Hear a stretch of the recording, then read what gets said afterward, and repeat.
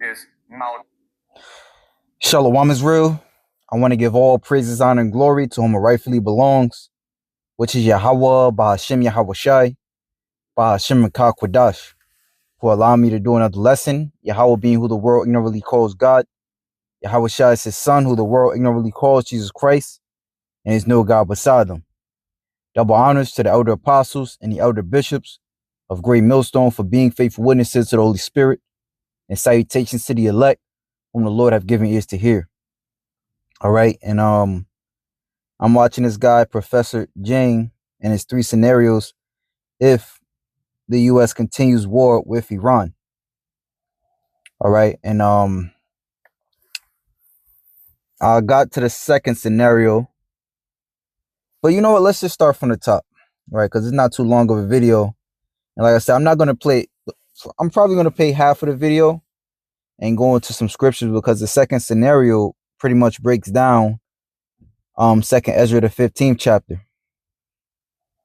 Whereas Ezra, he's seen America go to war with those Iranians.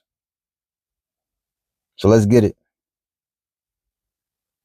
Okay, guys, so I want you to stop whatever you're doing right now and pay very close attention to what I'm about to tell you, because what I'm going to walk you through today is not a hypothesis. This is not a movie. This is the most likely direction that this conflict is heading. And depending on which scenario plays out, your life, your economy, your energy bills, your food prices will never be the same again. Today, we're going to talk about 3 scenarios if the United States enters a full-scale war with Iran. Not airstrikes, not sanctions, not proxy conflict. I mean, full war, boots on the ground, total commitment, okay? And we're going to use game theory to understand this, which means we're going to look at the incentives, the geography, the resources, and the weaknesses of every player involved. And by the end of this video, you will understand this conflict better than 99% of people on the planet. All right, let's go. And might I add, you know, this guy is new on the scene. We as the prophets of Yahweh Ba'ashim Yahweh Shai been speaking on this. When it was a secret, when it didn't look like the world was going towards World War III, but it was more like a fear-mongering scenario. Right? And this is who you know who the Lord is dealing with. Right? But of course, this guy gets more credit. Hell, all the credit. All right. First, before we get to the 3 scenarios, I need you to understand one fundamental thing. Okay, this is really important. The United States and Iran are not equal opponents. And I don't mean that in the way that you think. Yes, America has the most powerful military on paper, the biggest navy, the most advanced aircraft, nuclear weapons. Okay, we know all of this. But here's what most people miss.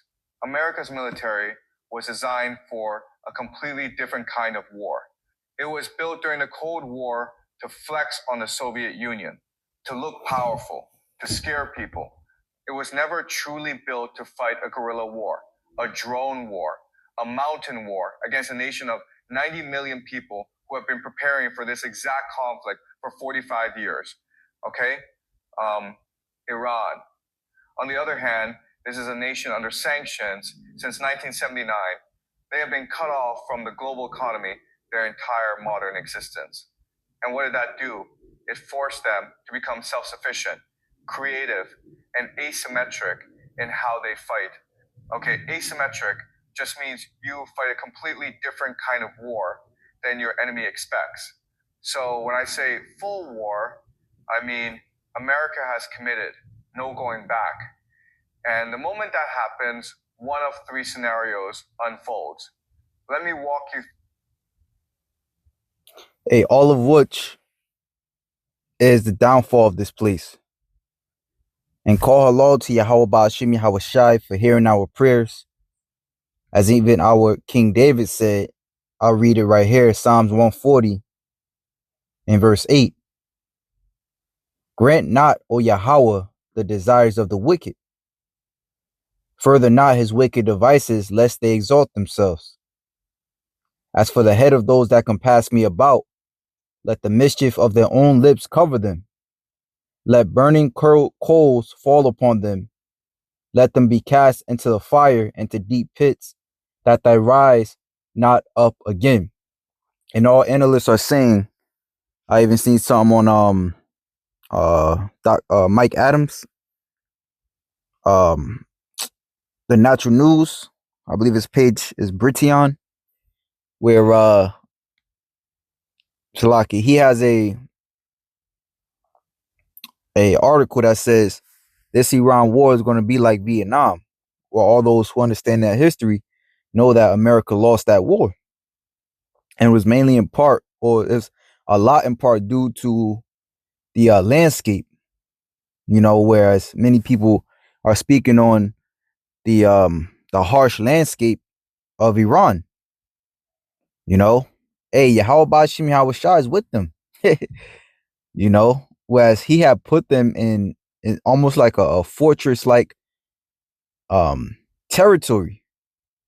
It's not an open desert, as this guy Professor Jung mentions, but it's a fortress, right? But this devil has bitten off more than he can chew, like the elder brother Tazawar Naikamp speaks on, how when you have a snake can actually choke on its own food, because as we know, snakes don't chew, they just swallow. But sometimes it can be too much for them.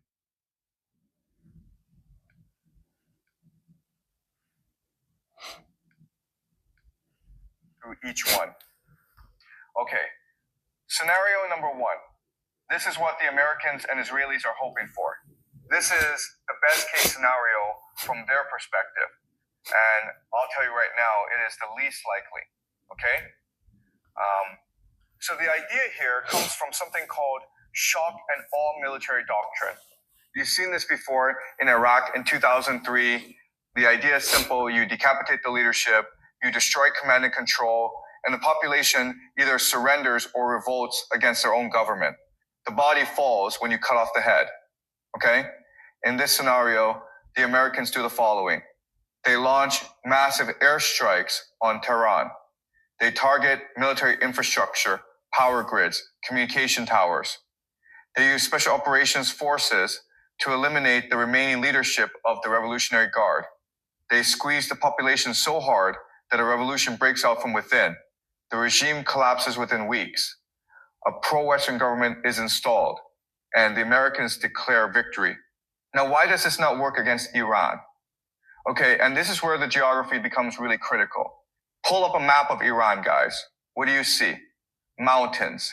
Okay, the entire western and northern border of Iran is mountain ranges.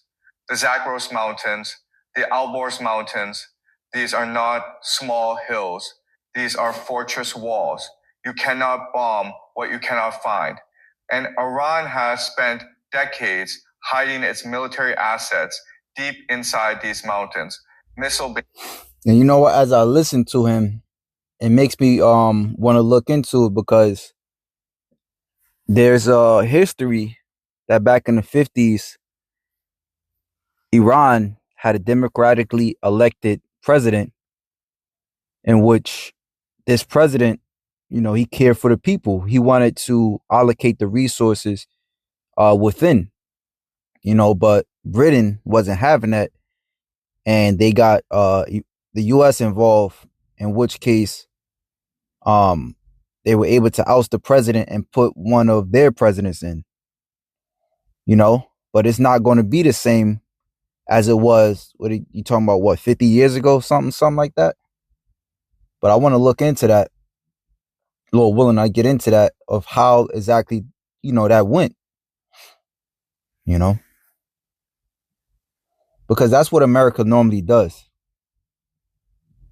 They create the problem.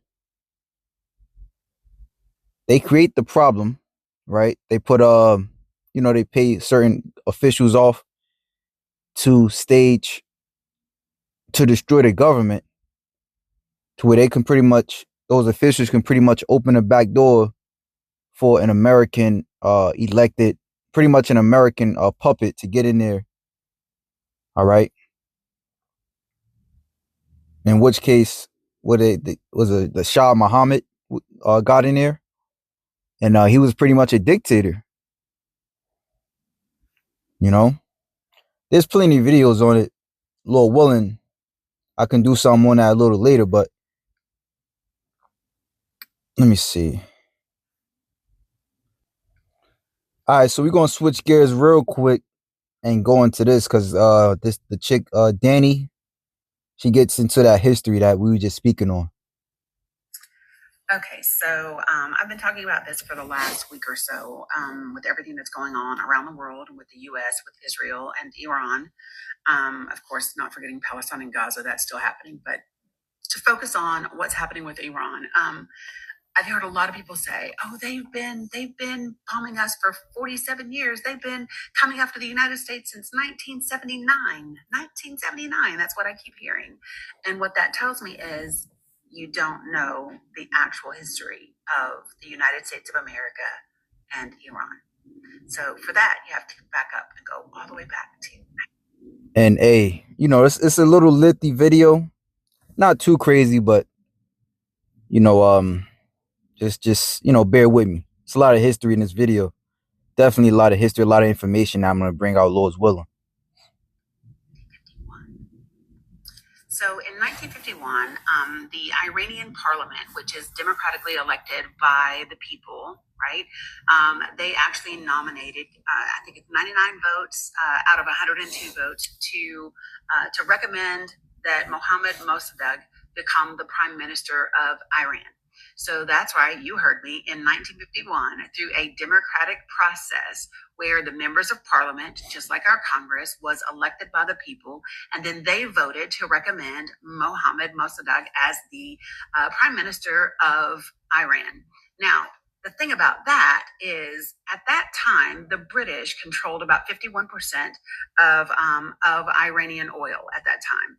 And the company at that time was called Anglo-Iranian Oil Company, the AIOC, which today is, it became known British Petroleum, which is BP, as you might know it today. The reason that the British did not like Mossadegh becoming the prime minister is because his desire was to end foreign control over Iranian resources, specifically oil, right? He wanted to nationalize the oil. And as a matter of fact, through the parliament, the legislature, they actually passed laws to nationalize their oil, which made the British very unhappy, as you can imagine.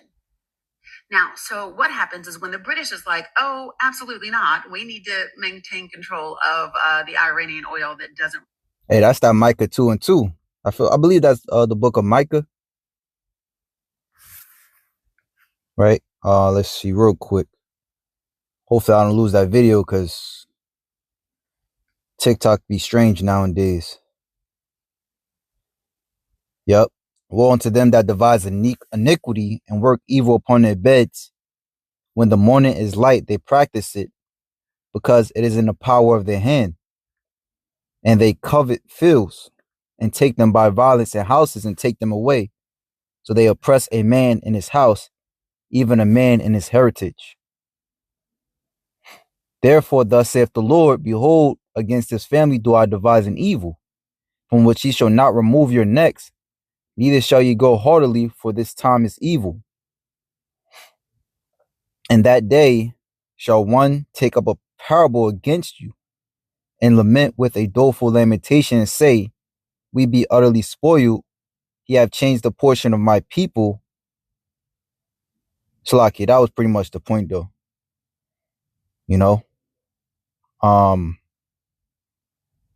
Yeah, so this devil has an evil spirit, a spirit of covetousness.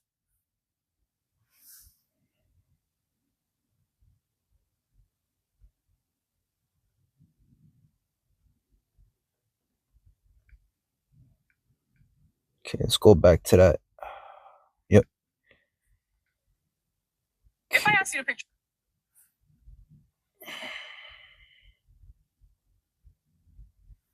Okay, so Aaron Truman was like, "Yeah, no, I don't think we want to get say." Mossadegh was saying, listen, you guys have poor working conditions. We're not getting fair profit sharing. Through the parliament, the legislature, they actually passed laws to nationalize their oil, which made the British very unhappy, as you can imagine. Now, so what happens is when the British is like, oh, absolutely not, we need to maintain control of the Iranian oil that doesn't really belong to us, that has now been nationalized. And at the time, so this is what they say. Mossadegh was saying, listen, you guys have poor working conditions. We're not getting fair profit sharing. And at that time, get this, Iranians were only getting 16% of the profits. So yeah, I agree, not fair. So the British tried to get Harry Truman to get involved in. Hey, the British, the Americans, the French, the Spanish, the Russians, those are all Edomites. The Edomites, which in the scriptures is known as the wicked, are ruling the earth today. You know, and this is why the earth is constantly at war. This is why the average citizen is upset. It's in trouble. You know, because of these devils. Right? The scriptures say that he is as deaf and cannot be satisfied. Right? He increaseth that which is not his. The scriptures say that power was given him to take peace from the earth. Right? As an average everyday citizen, you cannot live in peace. How is it that the land in which you live in, being rich and bountiful in various resources, you know, you would think that life would be good for you? No, but not under this devil, not under these devils. And orchestrating a coup and getting Mohammad Mossadegh out of the prime minister's position in Iran. Well, Harry Truman was like, yeah, no, I don't think we want to get in the middle of that. So no thanks, Britain. We're not going to do that. Fast forward to 1953, we have a new leadership in the United States of America, a new opportunity for the British to get us involved, and we say yes. And that leads to something that is known as Operation Ajax. So Kermit Roosevelt, the grandson of President Theodore Roosevelt, as you can see, ran Operation Ajax on the ground in Iran. Okay, so it was the British MI6 and it was the US's CIA. And they orchestrated a coup in Iran. And so what do I mean by orchestrated a coup? What I mean is they paid people to protest. They paid people to put out propaganda. We paid for the propaganda. We had flyers printed up. We did all of those things to generate dissent within Iran to have Mohammad Mossadegh removed. And right. So you can kind of see the similarities to what Professor Jane was saying. Now, what Professor Jane was saying is that these devils would go in there with force, whereas before it was more of a behind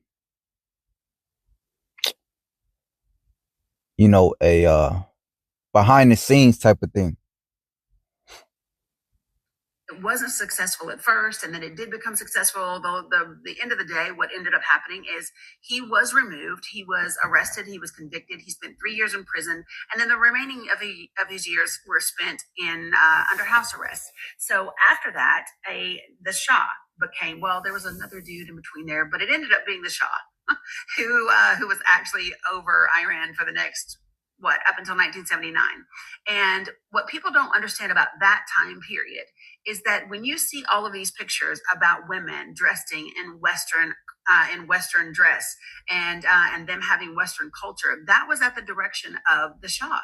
And he often used violent punishments for people who rejected that way of living. So if you were an Iranian and you were conservative and you didn't want to wear Western clothing and you wanted to wear your hijab and you wanted to do all of those things, you were punished under the Shah. And so what many historians will tell you is that it was that enforcement of Western culture that led to the extremist Islamic revolution that took place in 1979.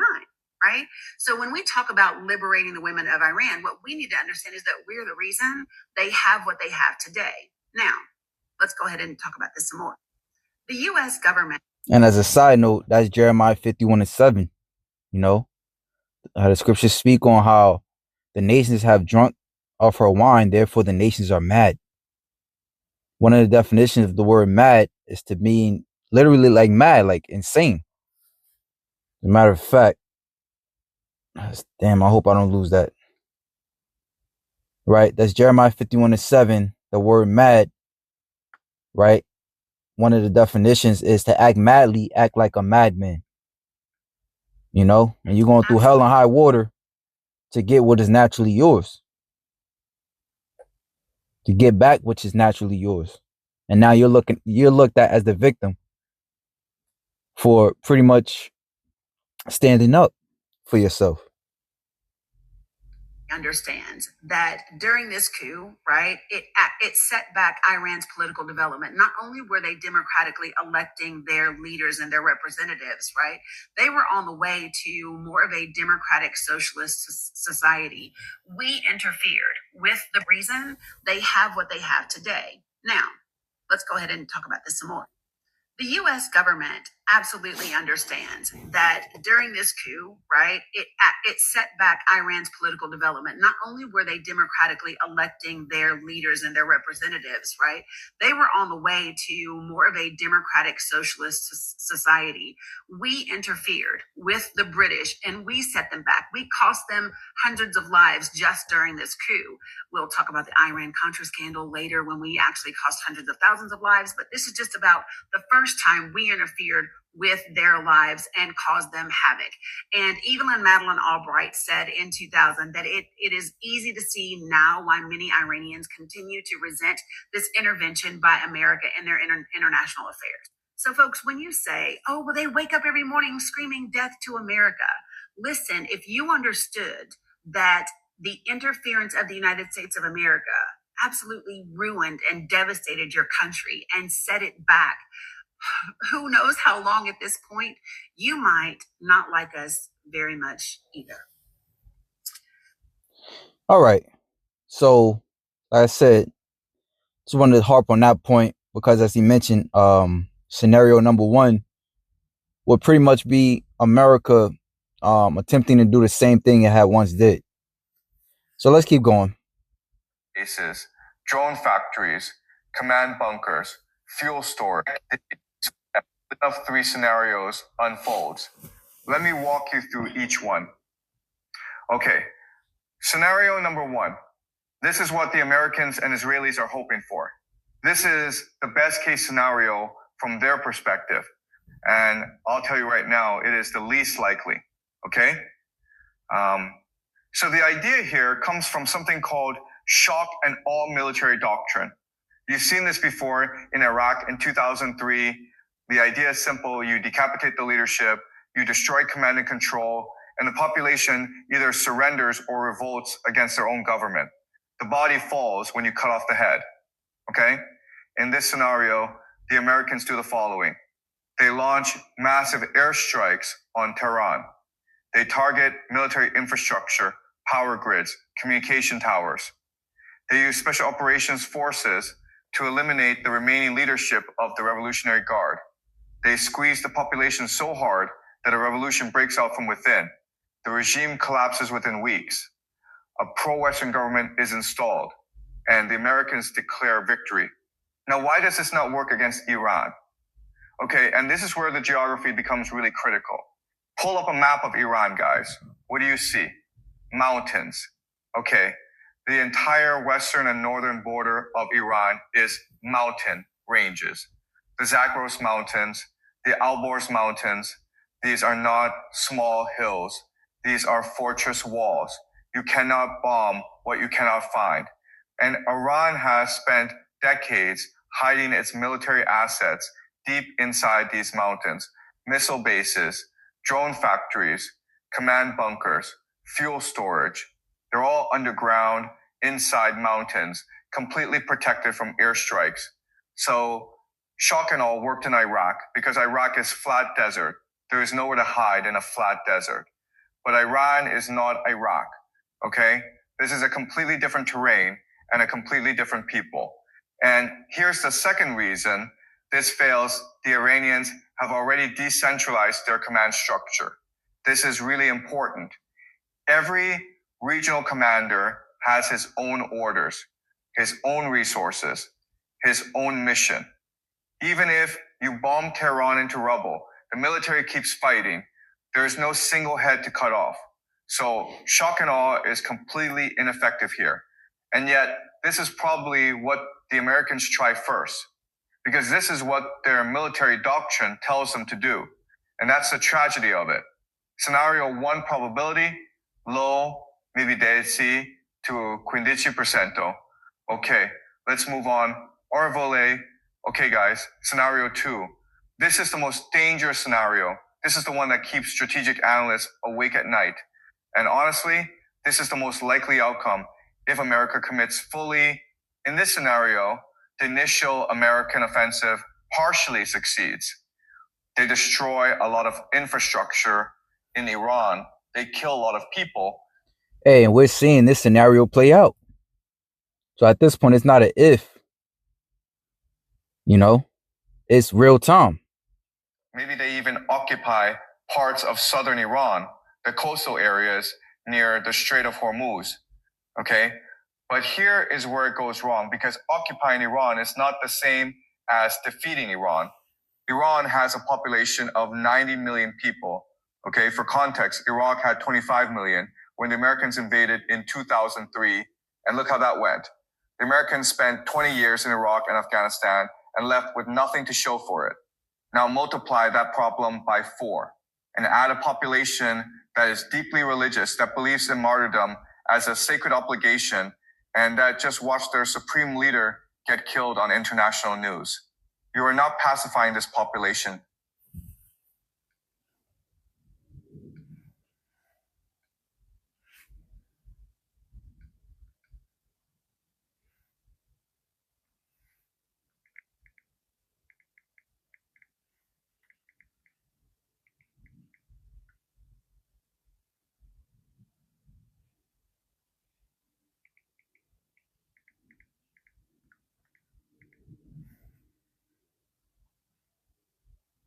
So let's get that Psalms 140.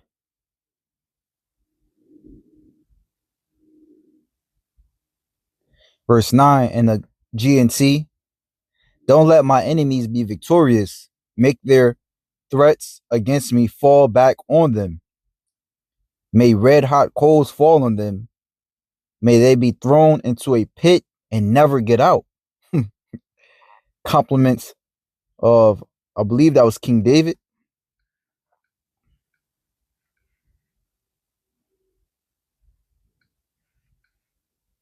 Right, a Psalm of David.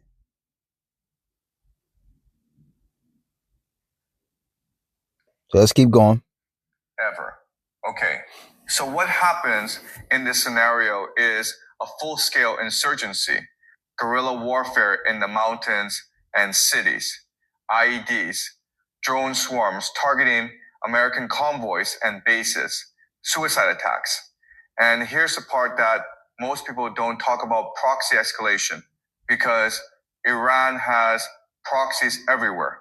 Hezbollah in Lebanon, the Houthis in Yemen, Shia militias in Iraq, in Syria, in Bahrain. If America is bogged down in Iran, every single one of these groups activates simultaneously. American bases across the entire Middle East are under attack every single day. The entire region is on fire. And now look at the economic consequence. Hey, and we got to bring out that 2nd Ezra 15, because that's exactly what's going to happen. The book of 2nd Ezra 15. Now, it's not to say this is going to happen tomorrow, right? But we know in the end thereof, this scenario will play out. It says, behold, in horrible vision, verse 28, and the appearance thereof from the east, where the nations of the dragons of Arabia shall come out with many chariots, and the multitude of them shall be carried as the wind upon earth, that all they which hear them may fear and tremble. Also the Carmanians raging in wrath shall go forth as the wild boars of the wood, and with great power shall they come, and join battle with them, and shall waste a portion of the land of the Assyrians. So the dragons of Arabia, i.e., the Arabs, right? Various Arab nations and the Carmanians raging in wrath, the Iranians, shall go forth as the wild boars of the wood. And if you try to get in that wild boar's way, right, it's going to be bad news for you. And with great power shall they come and join battle with them. And I was just looking at a video where the guy Johnny Harris, the Modern Middle East explained, and pretty much he was going into how was it back in the 30s and going forward, you know, them various nations didn't really fuck with the fact that America was in that area. Now, of course, Saudi Arabia got on track because they was making buku money. But hey, just recently they turned the tables on America by, you know, not selling their oil in the petrodollar. You know, so this is very interesting because remember also them so-called Arabs, which in the scriptures is known, you know, we got to grab that Genesis 16, right? Them so-called Arabs, which in the scriptures is known as Ishmael. The scriptures speak on how Ishmael being a wild man,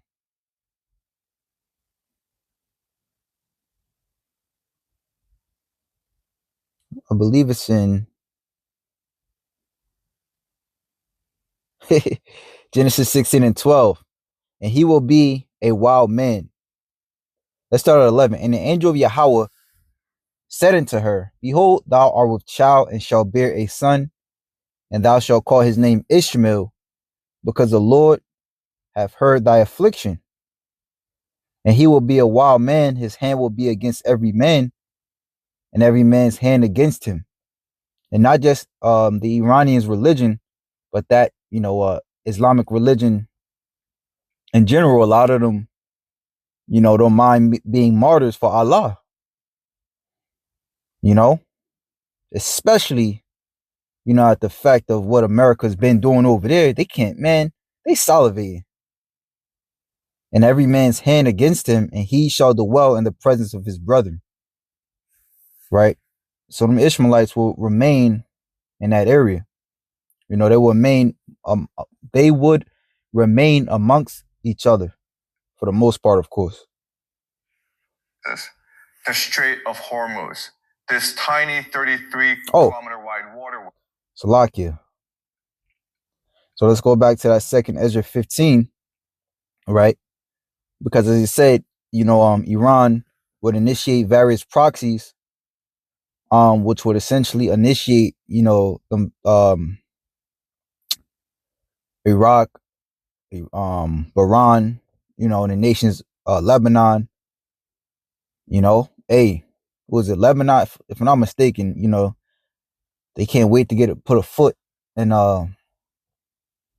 not, you know, what's the, the scenario, not the scenario.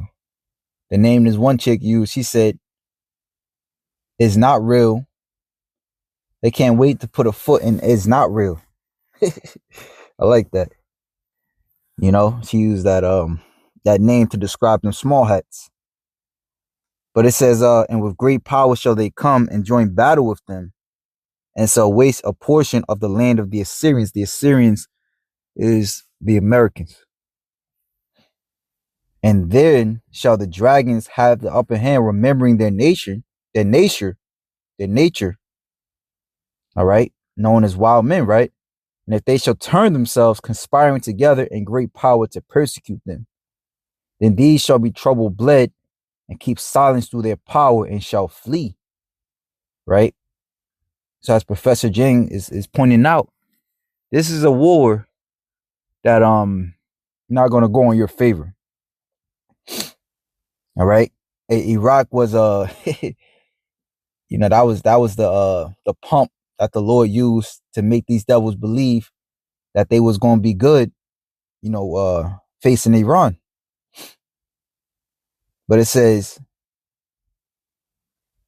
then these shall be trouble bled and keep silence through their power and shall flee. in other words, you know, the Assyrians, they're going to have to They realizing they're gonna get messed up. And recently, the various or America's various, $1 billion so-called fortresses, i.e., their aircraft carriers, they're getting messed up so much so I heard that they had to back off. And from the land of the Assyrians shall the enemy besiege them and consume some of them. And in their hosts shall be fear and dread and strife among their kings. All right. And this is talking about them terror attacks. All right. That's coming, Behold, clouds from the east and from the north unto the south, and they are very horrible to look upon, full of wrath and storm.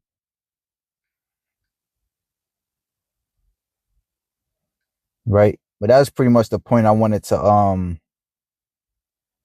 grab on that. It's going to get bad, man. It's going to get very, very, very bad.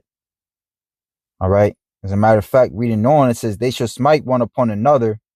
They shall smite down a great multitude of stars upon the earth, even their own star, and blood shall be from the sword into the belly. So it's going to be great destruction. All right.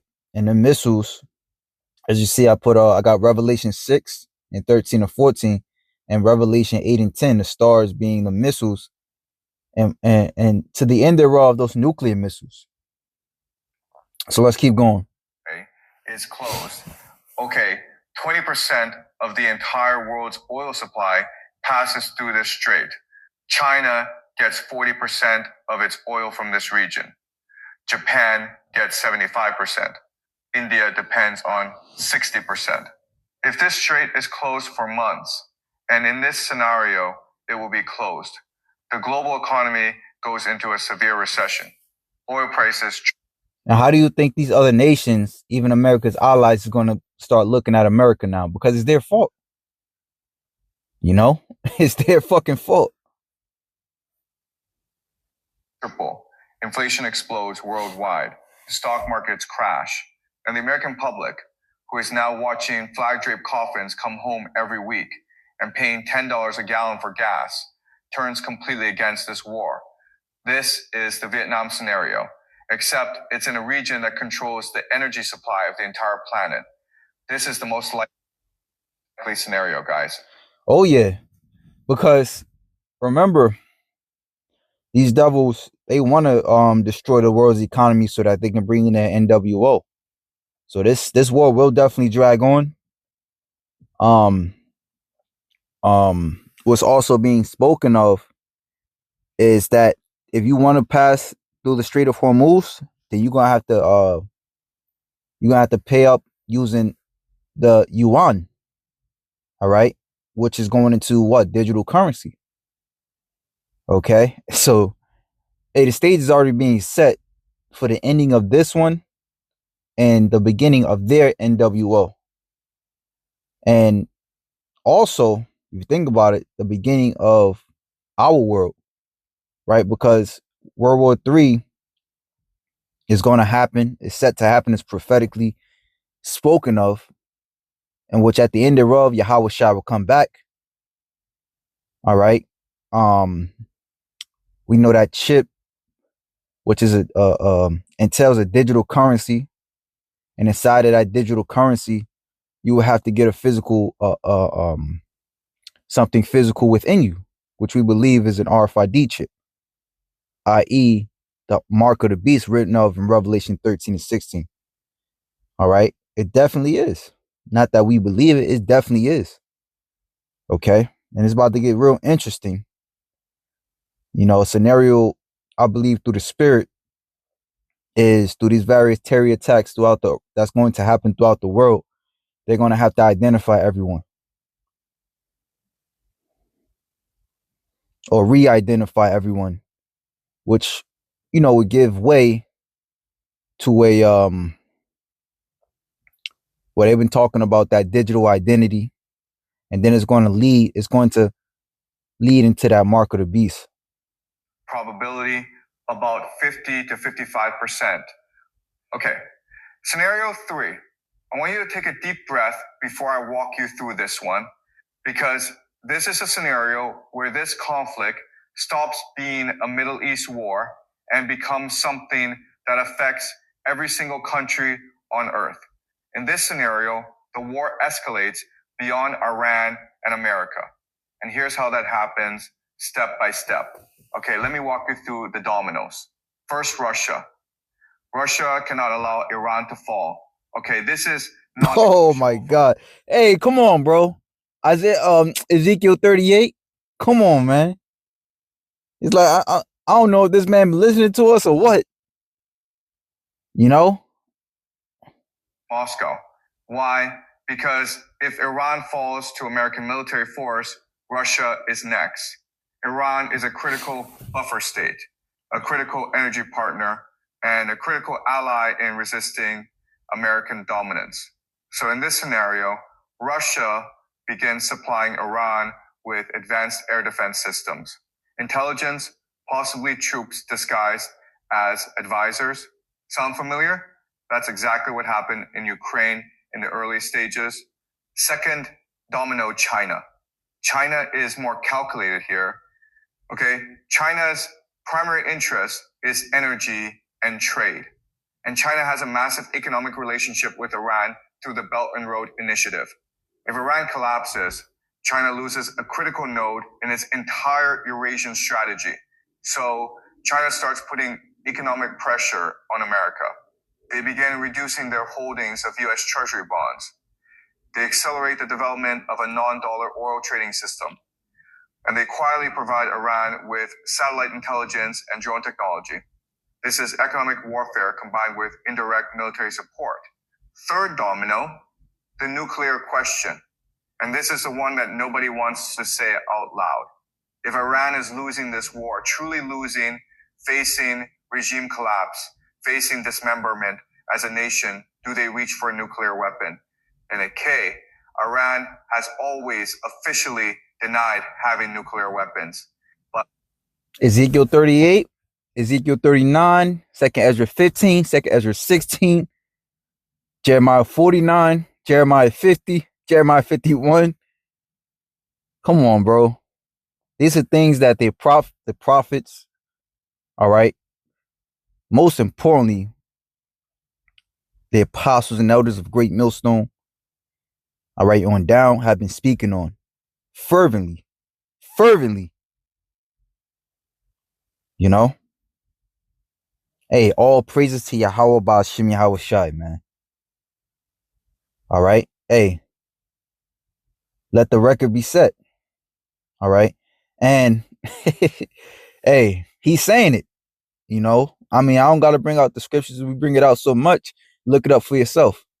We bring all these scriptures out so freaking much, man.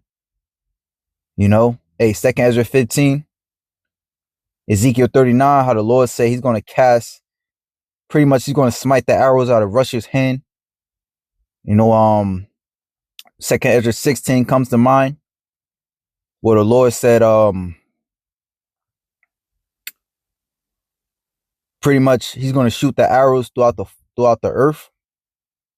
You can company that with Jeremiah 50, how the Lord opened up his armory. Let's be honest about what the intelligence community actually believes.